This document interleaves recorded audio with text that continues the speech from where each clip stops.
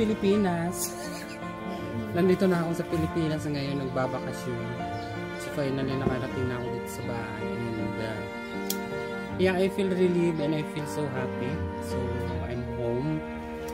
Tulad na nakikita nyo. And then yung nasa lamesa is, ito yung parang local mushroom namin. Dito na pinipick up lang dun sa bundok. So yung bayaw ko, balik kinuha niya tong mga to sa mga bayaw pala. Kasi dalawa sila. So ang tawag dito sa Ilocano is uong mangado. Ewan ko kung ano yun sa Tagalog. And ito, uong bunton. So usually, season kasi ngayon ng mushroom. So madaming nakukuha na mushroom sa mga kabundukan, sa ilalim ng mga puno, lalo na sa mga Madre de Cacao, kung yung tawag sa amin dito sa Ilocano. So doon usually kinukuha. Basta kusa lang na tumutubo. So season ngayon, and then mga ampalaya. So gagawa tayo ng content, panibagong content pagdating ng araw. Mangunguha tayo ng mga ng ampalaya. So nandito ako ngayon kasama ang aking dalawang kapatid. Kambal na kapatid. So yun, nililinis na nito at ito yung ulam namin mamaya. Ano yung ilaw kiti man? Pareya? Awan mo pareya ta. Hindi ka managala ka pareya. Managala ta. Dito nga rodmod ng tubog si dam na pantay. Di guna aja. Kusang agdanom tulatan. Di ba mabalim pa yung lining ta dito?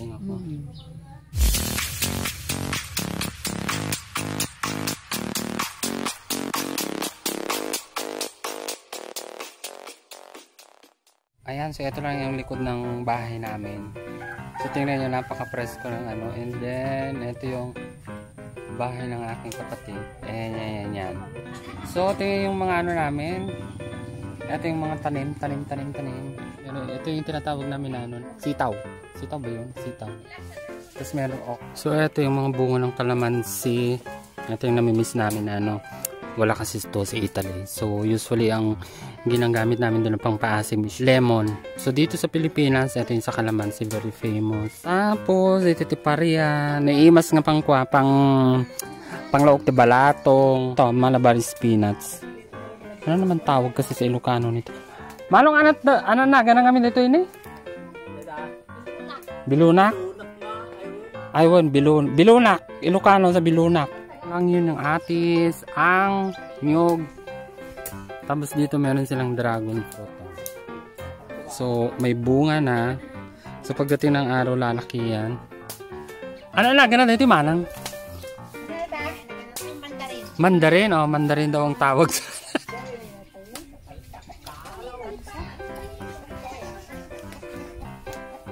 Tapos daytoy naimas. Masarap din no gulay. Ang tawag namin sa Ilocano is alukon. So ayan.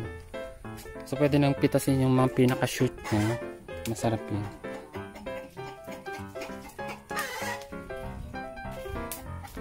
Atis. Yan ang atis. At yan ang palayan. So meron kaming part dito na palayan. Sa pa-street lang ng ganyan. And then yun, puno ng mangga.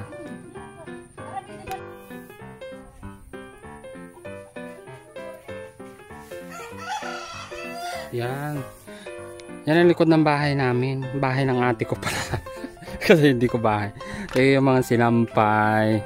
And then itutur ko kayo ngayon dito sa Kali. Yan ang tawag namin maliit na ilog. Kali.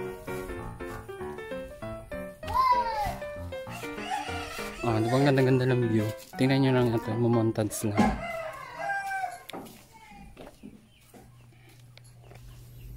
Ayan, iniikot ko na kayo kanina.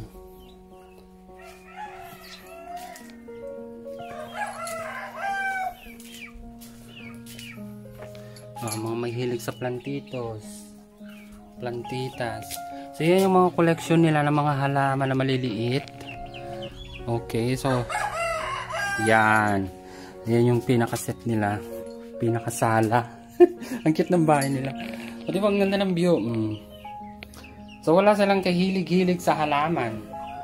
Ito yan, lahat mga totoong halaman. Okay. So ito yung pinaka sa ano nila, parang veranda, sala. Yan, bahay din ng isang kapatid ko yan. Nakakaaya lang tingnan yung ano, paligid. Kasi ang daming mga tanim. So yan ang view dito. Tapos meron silang mga cactus. Yan, mga collection nila. Yan, ganda. And then papasok tayo sa loob. Mag-gate cross tayo. So ito yung bahay ng pamangking ko. Wala lang, natutuwa lang ako sa ano nila. Ang linis kasi ng bahay. Tingnan mo. Hindi ba? Ang gandang tingnan ng view. Yung wall, napakaganda. And then very colorful ang kanilang curtain. Yan. It's amazing how they decorated. So ganyan lang siya. Oh, di ba? Ang ganda-ganda. Naaliw lang ako. Yan, yung ano nila, mahilig sila sa mga display. And then yan, tingnan natin. Yung may-ari ng bahay, hindi niya nalalaman.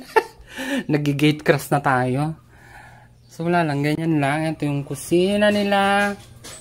And then paglabas, kulungan ng bahay. And, ayan, anong ulam? So this is bagas. This is inapo.